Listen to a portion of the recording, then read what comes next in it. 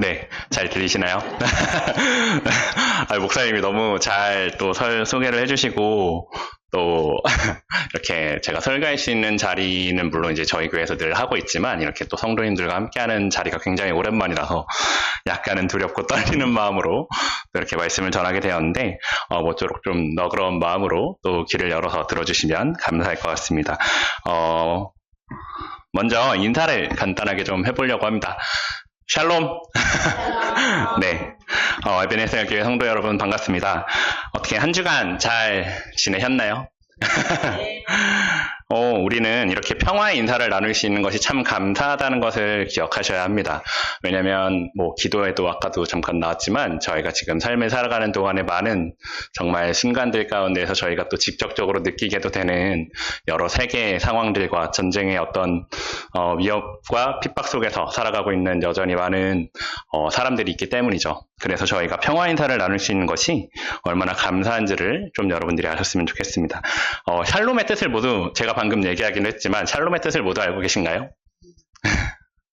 네, 샬롬은 평화의 인사, 평안의 인사라고 생각하시면 됩니다.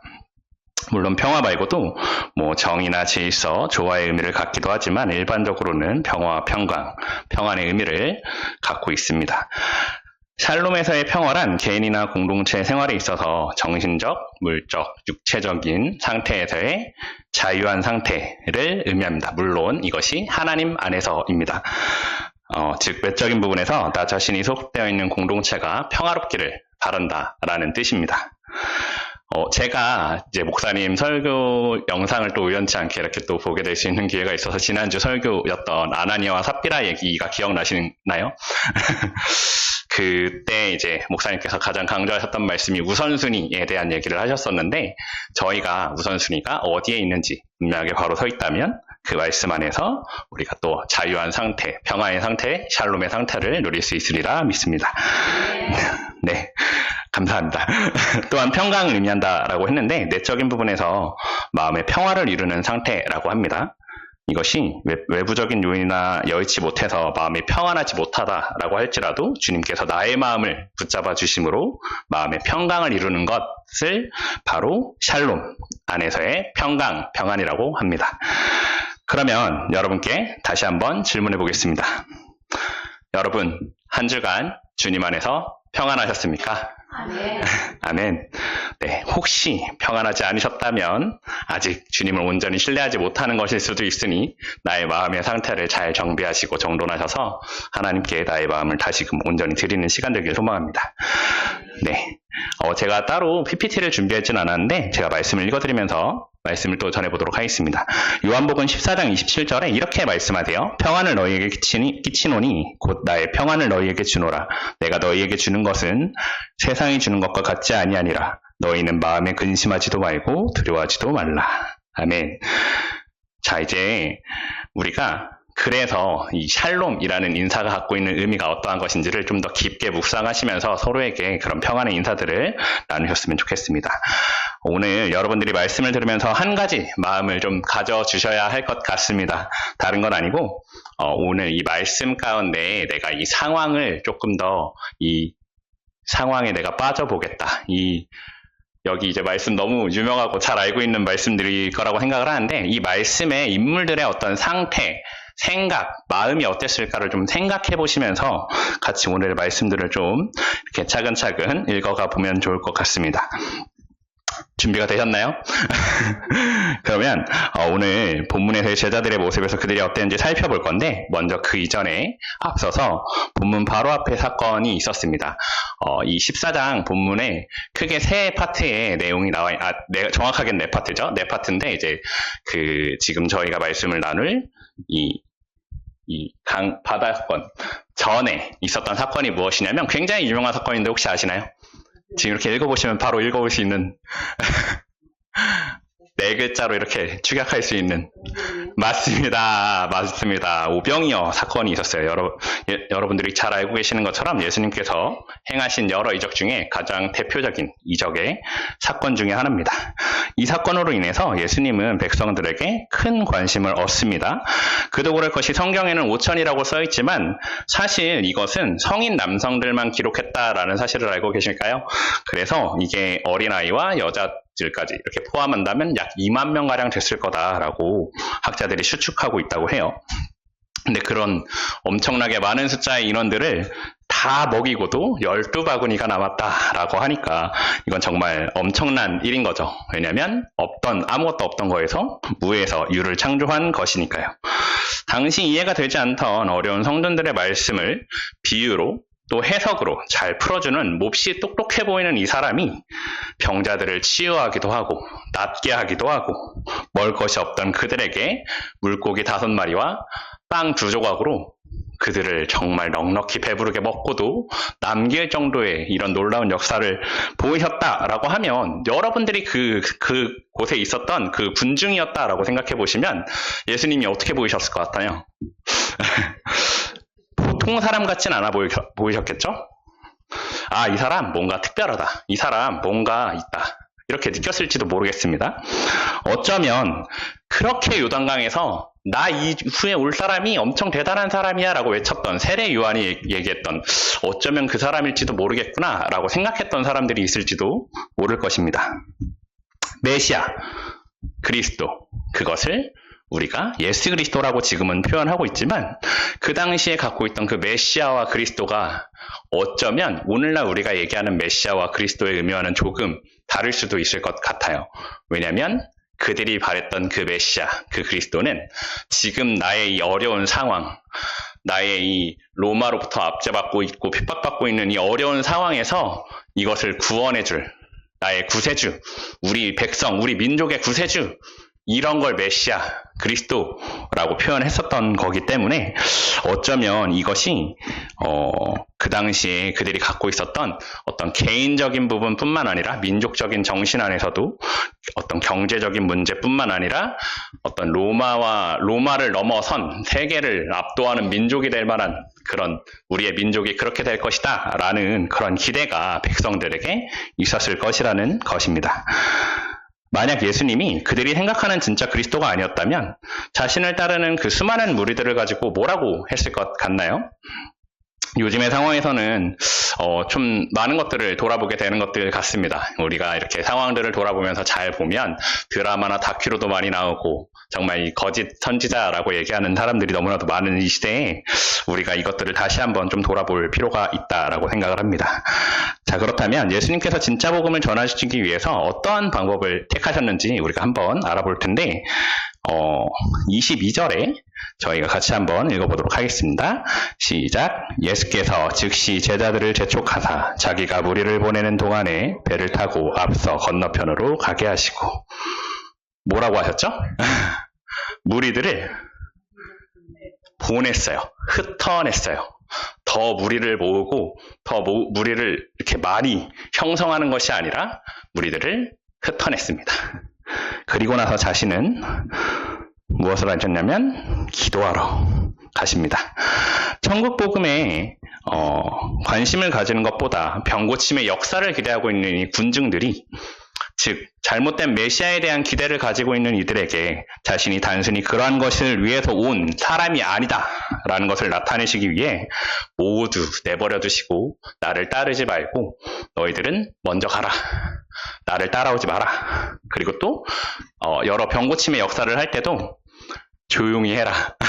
남한테 알리지 마라 라고 얘기하셨던 예수님께서 이번에도 역시 그 무리를 흩으시고 그 장소를 떠난 것입니다. 그렇게 수많은 이적과 기적들 사이에서 예수님께서는 그것보다 더 본질적인 부분을 우리에게 전해주고자 했는데 그 중요한 것이 바로 복음이었습니다. 혹시 복음이 무슨 뜻인지 다들 알고 계실 거라고 믿습니다만 제가 한 번 더 설명을 해보겠습니다. 복음은 바로 기쁜 소식입니다. 기쁜 소식 또는 좋은 소식, 영어로 굿뉴스라고 하죠. 네, 이게 헬라어로는 유앙겔리온이라는 헬라어를 뜻을 갖고 있는데 좋은이라는 뜻의 유와 소식이라는 뜻의 앙겔리온이 합쳐진 합성어라고 합니다. 그래서 고대 로마 시절에서부터 승리했을 때 그 전해지는 승전보 또는 황제의 출생이나 어떤 그 즉위하게 됐을 때 했던 이 표현이 바로 유앙겔리온이라는 표현이었다는 거예요. 이러한 좋은 소식에서 의미가 유앙겔리온이라는 단어로 표현이 되었는데, 근데 아까 예수님께서 백성들을 보면서 이 사람에게 느꼈을 감정이 어쩌면 이런 황제가 즉위하거나 탄생했을 때 나타났던 그런 뭔가 내 삶에 어떤 구원자, 구세주가 될 만한 사람이라고 느꼈기 때문에 이것이 어쩌면 그들에게 잘못된 메시아 상을 가져다 준 것일지도 모르겠다라고 좀 생각해 보게 됩니다. 그래서 우리에게 무엇이 기쁜 소식이고 좋은 소식이냐고 한다면 바로 우리가 하늘나라로 들어갈 수 있게 된다는 구원의 소식이 사실 우리에게 가장 기쁜 소식, 가장 좋은 소식일 줄 믿습니다. 네, 누구로 인해서요? 바로 예수 그리스도. 네, 그분으로 인해서 우리가 이 기쁜 소식을 누리고 이 삶 가운데서 단순히 우리가 그곳을 바라보고 사는 것이 아니라 이 땅 가운데서도 그러한 복음의 기쁨을 누리면서 이것들을 또 우리만 갖고, 이 좋은 거 우리만 갖고 있을 수 없잖아요. 이렇게 전하고 또 선포하면서 우리가 살아가는 것이 바로 그리스도인의 모습일 줄 믿습니다. 네. 자, 이제 제자들은 바다를 건너갑니다. 그리고 예수님께서 어디로 가시냐면 23절에 제가 봉독하겠습니다. 무리를 보내신 후에 기도하러 따로 산에 올라가시니라. 저물매 거기 혼자 계시더니. 네, 제자들과 함께 배에 오르신 것이 아니라 아까도 말씀드린 것처럼 무리를 보내시고 나서 따로 산으로 기도하러 올라가십니다. 이 구절을 보고 어떤 생각이 드십니까? 오병이어라는 그리스도인들이라면 아주 유명하고도 엄청난 이적을 행하시고도 예수님께서 그저 어떻게 하셨죠? 기도하러 산으로 올라가셨다라는 겁니다. 감히 조심스럽게 질문해 봅니다. 여러분은 하루에, 한 주에 얼마나 기도하십니까? 여러분들이 기도를 어떻게 생각하시는지, 얼마나 중요하게 여기시는지가 드러나는 것이 우리의 삶의 모습에서 드러나는 그것이 예배고 그것이 기도인 것인데, 만약에 내가 하나님의 자녀라고 생각하거나 또는 아직 어린 친구들도 있고 저도 역시 믿음이 늦게 들어왔던 터라 아직 주님을 만나지 못한 분들이 계시다면 이것을 통해서, 이 기도라는 행위를 통해서 우리가 더 주님을 만나려고 노력해야 되겠습니다. 저도 그렇게 해서 만나게 됐거든요. 사실 따로 기도하는 시간을 갖는 것이 가장 좋지만 그러지 못했을 때 제가 했던 방법들도 있었던 것 같아서 이것도 좀 같이 나눠볼 것 같습니다. 다 아실 거예요. 근데 아침을 시작하면서 또는 직장이나 학교를 가기 전에 하나님, 오늘 아침을 또 이렇게 시작할 수 있게 해주셔서 감사합니다. 제가 오늘 건강하게 학교 하루를 또 시작하고 직장을 가고 학교를 갈 수 있게 하심에 감사합니다라고 그냥 이렇게 하시면서 하는 거라든지, 또는 또 이렇게 식사하시면서 하게 되는 식사 전에 저희가 흔히 말하는 식전기도, 네, 그런 것들이 어떤 방법일 수도 있는 거죠. 일용할 양식을 주셔서 감사합니다. 이런 식으로요. 근데 사실 제 주변에는 제가 좀 아까 조금 늦게 시작하셨다라고 했는데 어쨌든 저도 젊은 층이니까요. 제 주변에서 이렇게 보면 사실 식전기도조차도 이렇게 안 하는 그리스도인들, 제가 그리스도인인 걸 아는데도 식전기도조차도 안 하는 그리스도인들이 참 많아요. 이게 당연히 쉽지 않은 어떤 우리가 보여지는 어떤 사회적인 시선도 있고 어려움이 있을 줄 알아서 그런 것들을 잘 못하는 분들도 많이 있을 줄 압니다.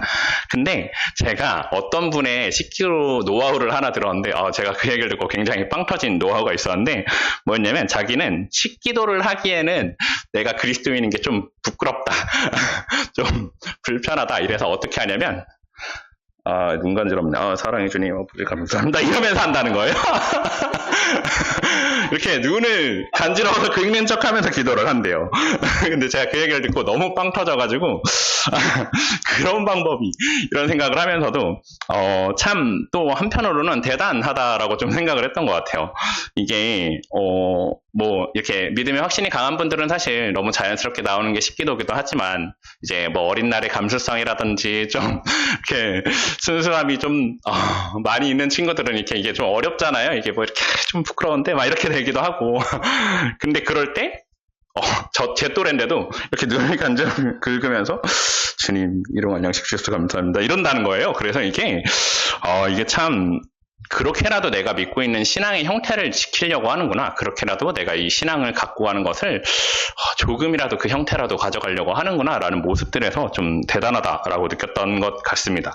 사실 이게 뭐 아주 건강한 방식이냐라고 하면 이것은 뭐 약간 뭐 얘기가 될 수 있는 내용이라고 생각하지만 아까도 목사님께서 잠깐 얘기하신 것처럼 이제 바쁜 현대사회를 살아가다 보면 우리가 그러지 못할 때가 참 많은 것을 보게 되기 때문에 그것이 어쩌면 우리가 삶에서 주님과 얼마나 함께하는 시간을 갖는지 또 대화하는 시간을 갖지 못하는지를 기억한다면 이것들이 조금 특별한 시간일 수 있겠다 했는데 마침 또 오늘 주부에서 아까 광고에 하신 것처럼 3월 30일부터 또 귀한 시간이 준비되어 있다고 하시니 여러분들께서 꼭 잘 참석하셔서 또 귀하게 주님과 또 교제하고 동행하는 하루를 보내시는 시간들을 가지셨으면 좋겠다라고 생각을 해봤습니다.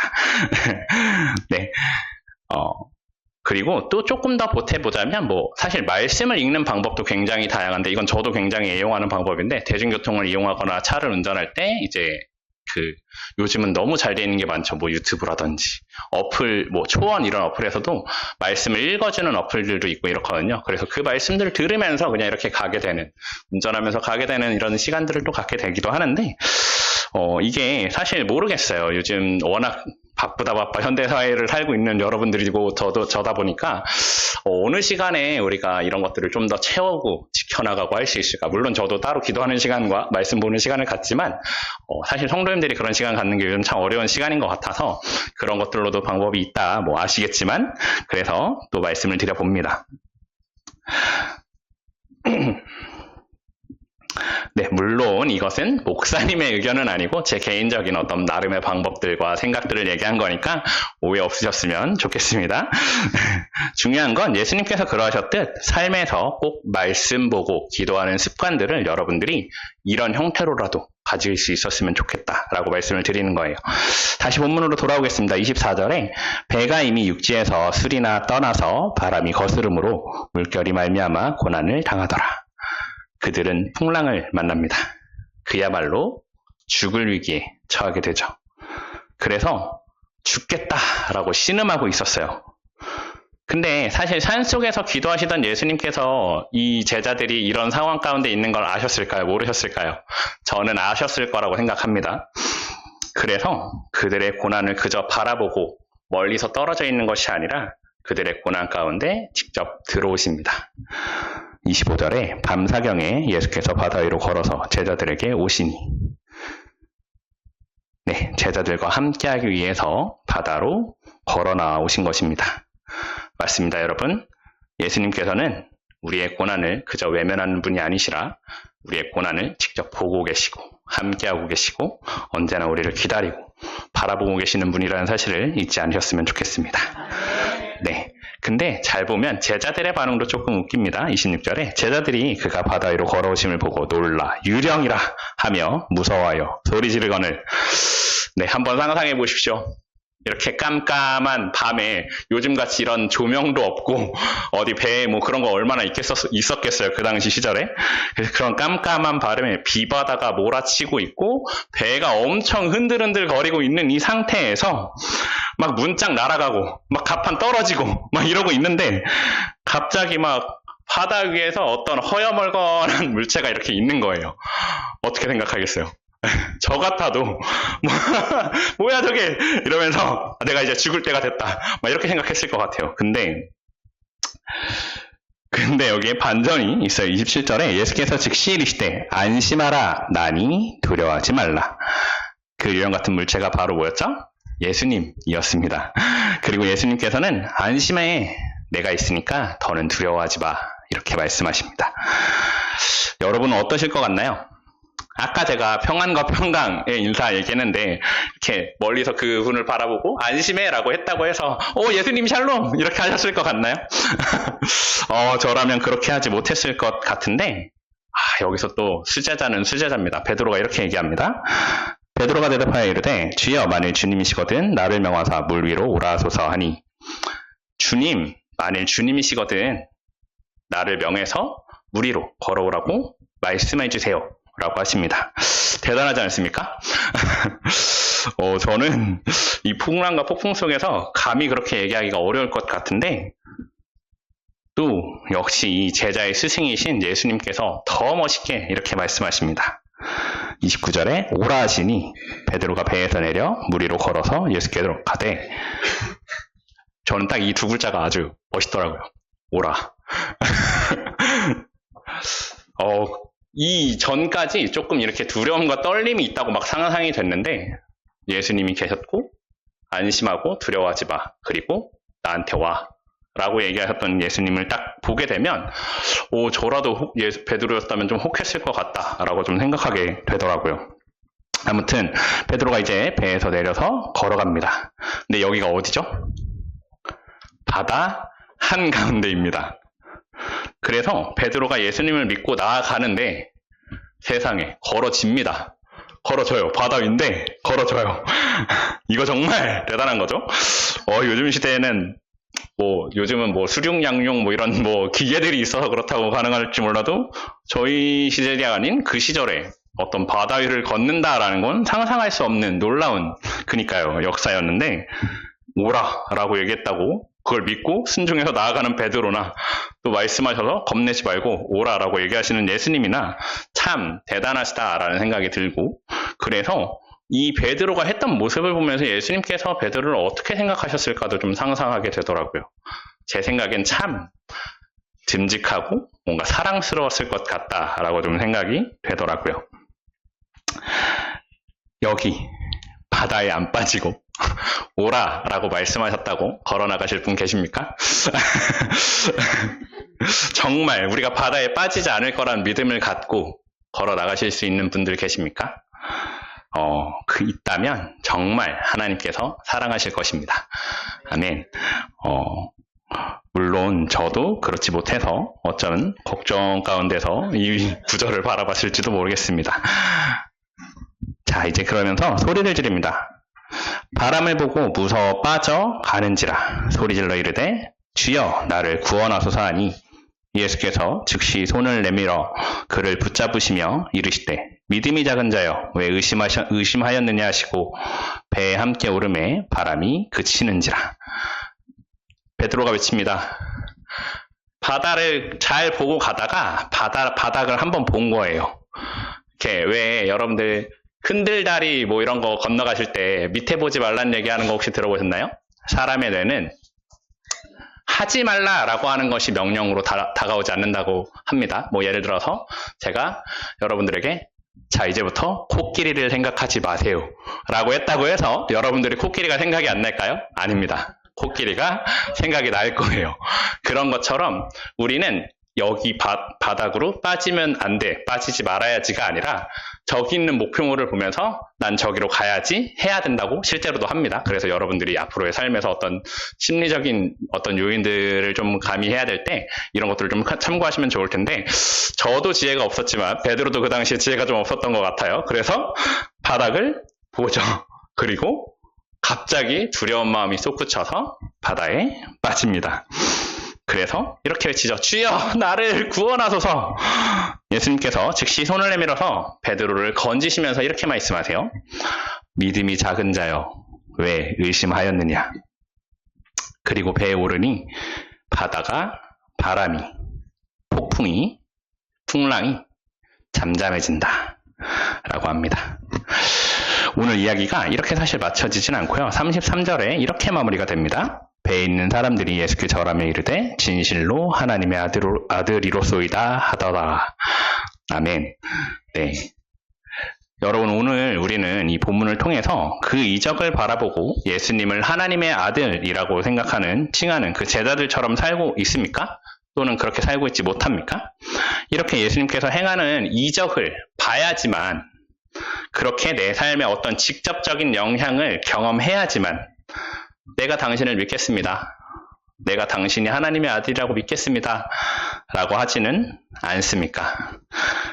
그렇지 않으려면 우리에게 믿음이 필요합니다. 그것도 바른 믿음이요. 아까 제가 그 기도와 말씀을 했던 방식들 기억하십니까?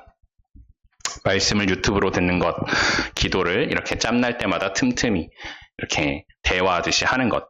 이 방법 왜 말씀드렸을까요? 우리의 삶을 핑계 삼아서 하나님하고 멀어지지 말라라는 의미에서 말씀을 드린 거예요. 아예 안 하는 것보단 훨씬 나으니까요. 그리고 어떤 분들은 사실 이런 방식을 취할 수밖에 없는 분들도 계세요. 여러 생체적인, 생리적인 여러 요소로 인해서요.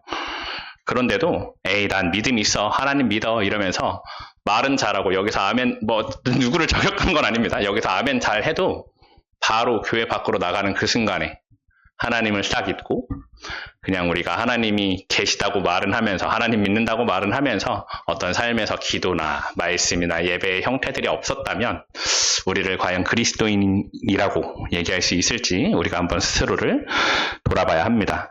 운전할 때 이렇게 갑작스럽게 막 누가 껴요. 횡단보도를 지나가고 있는데 차가 막 멈추지 않고 설 것처럼, 멈추지 않을 것처럼 이렇게 막 지나가요. 그럴 때 여러분들은 어떤 말이 제일 먼저 나오십니까? 또, 여기 부모님 세대도 있고 자녀 세대도 있는 것 같아서, 나를 좀, 이렇게 내가 얘기하는 대로 좀 잘 따라왔으면 좋겠는데, 내 자녀들이 말을 진짜 너무 안 듣는 거죠. 또 반대로, 우리 친구들은 부모님이 내 마음 하나도 몰라주고 내가 얘기하는 거 하나도 안 들어주고 이렇게 하는 것들을 보면서 우리는 어떤 마음을 먹고 좀 살아가고 있다고 생각하시나요? 그리고 또 무엇보다 이걸 다 예수님이 바라보고 계신다라고 생각하면 여러분들은 어떤 마음을 갖고 사시겠습니까? 물론 예수님께서는 이해해 주실 거예요. 아멘. 네, 또 용서해 주시리라 믿습니다. 그렇지만 그런 것들을 위해선 여러분들이 해야 되는 선행 조건이 하나 있습니다. 뭐냐면 예배의 자리에 왔을 때, 우리가 기도의 자리로 나아갔을 때 해야 될 가장 선행 조건은 우리의 죄를 고백하는 것입니다.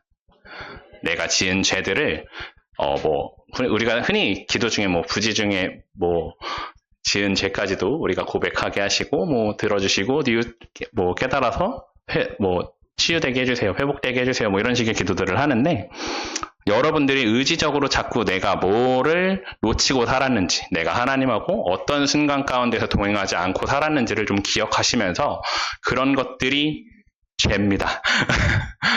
하나님과의 관계가 끊어져 있는 상태가 죄예요. 네. 하나님하고의 관계가 끊어져 있지 않은, 항상 커넥티드 되어 있는 여러분들이 되시기를 소망합니다.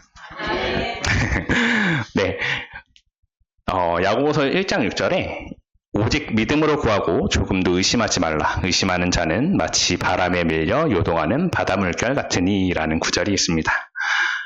네, 우리는 이 베드로가 건널 때 봤던 그 요동하는 바닷물결 같은 자가 아닌 예수 그리스도로 말미암아 잔잔한 물결을 걷는 자들이어야 합니다.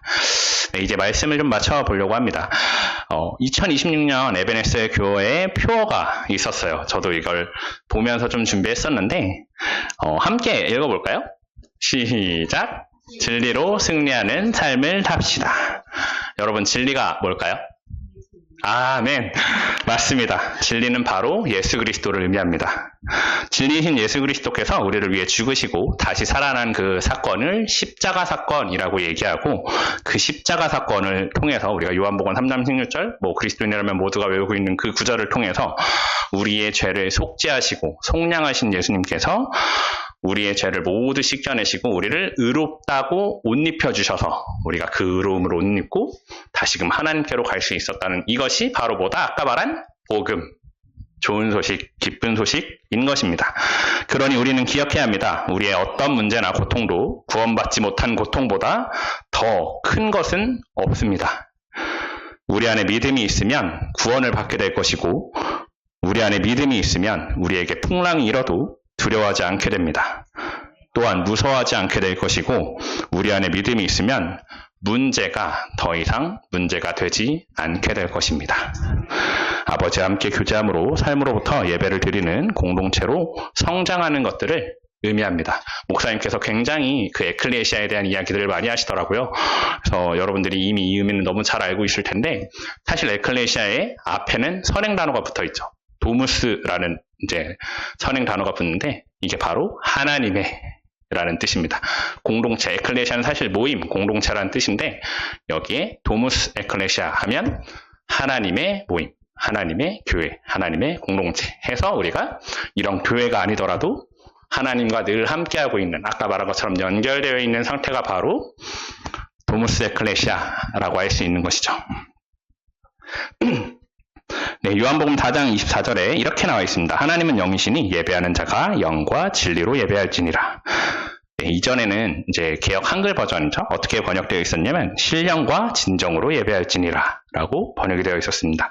그래서 어떤 분들은 신령이 곧 종교적인 어떤 분위기를 뜻하고, 진정은 우리의 어떤 정성을 다해야 예배하는 것이라고 생각하곤 했습니다. 물론 틀린 말씀 아니고 맞는 말이에요. 우리가 흔히 아까 예배학 이렇게 전공 얘기하셔가지고 예배학을 얘기할 때도 우리의 최선을 다해서 최고의 것을 드린다라는 표현을 쓰는데, 네. 그것이 바로 예배라고도 하지만, 또 성경에서 예배를 강조하는 부분이 두 가지가 있어요. 첫 번째는 예배를 받으시는 분이 누구인지 바로 알고 예배하는 것이고, 두 번째는 그 하나님께 바르게 예배하는 것입니다. 네, 우리가 예배를 드리는 대상이 누구인지, 누구를 예배하는지 잘 모르고 열심히 예배하는 것도 안 되고요. 또 참 하나님을 그릇되게 예배하는 것 또한 그것은 예배가 아닙니다. 네, 아까 말한 것처럼 예수님께서는 이해해 주시겠지, 용서해 주시겠지 라고 하면서 우리가 많은 시간 가운데서 우리의 삶에서 예배를 드리지 못한다면 다시금 좀 돌이켜봐야 할 문제입니다. 네, 예수님께서 예배의 대상은 하나님, 즉 영이시라고 하는데, 이것은 무소부재의 하나님이라고도 합니다. 무소부재가 이제 한자라서 조금 어린 친구들은 어려울 것 같은데, 무소부재가 어디에도 존재하지 않는 곳이 없다라는 뜻입니다. 그래서 하나님은 언제나 항상 어디에나 계시다라는 뜻이에요. 그러면 여기서 질문 하나 하겠습니다. 여러분은 무소부재하신 하나님이 계셔서 평안하십니까? 네, 아니면 무소부재하신 하나님으로 인해서 두려워하고 떨고 있습니까? 어떠한 것이 정답인지는 여러분들이 가장 잘 아실 것입니다.